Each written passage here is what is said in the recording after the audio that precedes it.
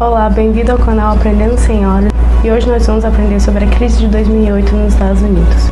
A crise é considerada a mais grave desde a quebra da Bolsa de 1929 em Nova York. Olhando a retrospectiva, nós podemos ver que o mercado já dava sinais de fragilidade antes mesmo de 2008. Na década de 1990, houve um aumento do preço dos imóveis nos Estados Unidos, gerando uma bolha imobiliária, ou seja, os imóveis passaram a valer mais do que eles realmente valiam, tendo seus preços inflados artificialmente. Assim, o investimento eles aumentavam e depois, quando os preços dos imóveis caíam, havia uma quebra de todos aqueles que tinham investido nos imóveis. O governo, então, ele queria gerar mais liquidez para o mercado imobiliário e, por isso, ele estava presente ativamente nele. Então, o governo ele contratou empresas para agirem em seu nome e assim garantirem maior liquidez através das compras das hipotecas que essas empresas faziam do banco. Ou seja, eles compravam as hipotecas que eram as dívidas que as pessoas faziam para poder comprar os imóveis. O banco ele passaria esse crédito às empresas e não teriam mais que se importar com o risco desses créditos. Assim se estabeleceu um ciclo de compras dos bancos de forma contínua. Com o medo da crise, então, a partir dos anos 2000, houve uma queda das taxas de juros de forma absurda, de 1% ao ano. Assim, os bancos passaram a dar mais empréstimos e, novamente, vendiam esses títulos para as empresas, aumentando o preço dos imóveis. Assim, as pessoas acreditavam que os imóveis eles iam subir de preço continuamente e nunca iam aumentar. Elas passaram a fazer hipotecas até do seu próprio imóvel para poderem gerar um dinheiro para gastarem em consumos fúteis, como artigos de luxo, viagens, carros. E assim, houve um aumento em investimento de vários setores dos Estados Unidos. Porém, em 2006, as taxas de juros voltaram à normalidade de 6% e o preço dos imóveis então também caiu porque as pessoas elas pararam de querer comprar. Elas pararam de querer pegar crédito para poder comprar os imóveis. Além disso, o que ajudou a crise a se agravar ainda mais foram as pessoas que tinham os créditos de risco, ou seja, os subprimes.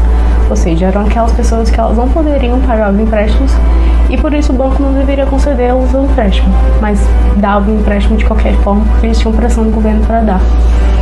E assim as pessoas que tinham esse subprime, elas pararam de pagar os empréstimos porque elas não tinham condições e passaram a ter mais condições ainda de não pagar aquele crédito, gerando maior dívida assim. O que agravou de forma mundialmente a crise foram os títulos serem vendidos para bancos do mundo inteiro, ou seja, as pessoas não estavam mais devendo a bancos ou empresas estadunidenses, mas sim ao mundo inteiro. Os pais acreditavam que aqueles eram investimentos seguros, por isso eles passaram a comprar. Houve a maior circulação do dólar a partir do FED para incentivar o investimento e o consumo. Antes de 2008, haviam cerca de 800 bilhões de dólares em circulação. No fim, houveram 3,5 trilhões de dólares em circulação. Com mais dinheiro no mercado e os juros muito baixos, os Estados Unidos teve sua moeda desvalorizada. E isso teve consequências no mundo todo, inclusive no Brasil. Basicamente, a crise foi uma bolha criada por um dinheiro que nem sequer existiu. Atualmente, depois de 10 anos da crise, a crise teve a sua segunda etapa na Europa, afetando os países europeus, e os seus governos foram obrigados a baixar ainda mais os juros e injetar mais dinheiro na economia para tentar reativar o crédito e suprir a demanda de consumo e investimento para poder girar a economia. Atualmente, depois de 10 anos da crise, já dá para dizer que as principais economias estão em situação muito parecida da que eram antes do período da crise do mercado imobiliário. Então, na Europa, por exemplo, alguns países do sul, como a Grécia, Espanha e Portugal, já estão caminhando para a normalidade, apesar de ainda haver sequelas como o endividamento desses países.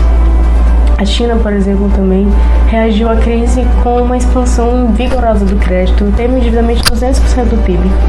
Já os Estados Unidos, ele está em um processo de retirada dos estímulos implantados da crise de 2008.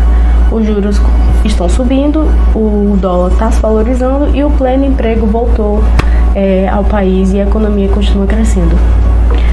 A própria regulamentação do mercado financeiro evoluiu. Desde 2012 existem regras que exigem que o banco tenham mais capital para bancar os empréstimos. Se o crédito está crescendo excessivamente, os bancos eles são obrigados a guardar ainda mais. Por outro lado, a gente vê que nos Estados Unidos está tendo um retrocesso na regulação que foi aprovada no governo do Barack Obama, que está sendo desmontada no governo de Trump. Nos Estados Unidos, o presidente Donald Trump está assinando 2 decretos para dar início a processo de revogação de parte da reforma financeira que foi desenvolvida após a crise de 2008 pelo Barack Obama.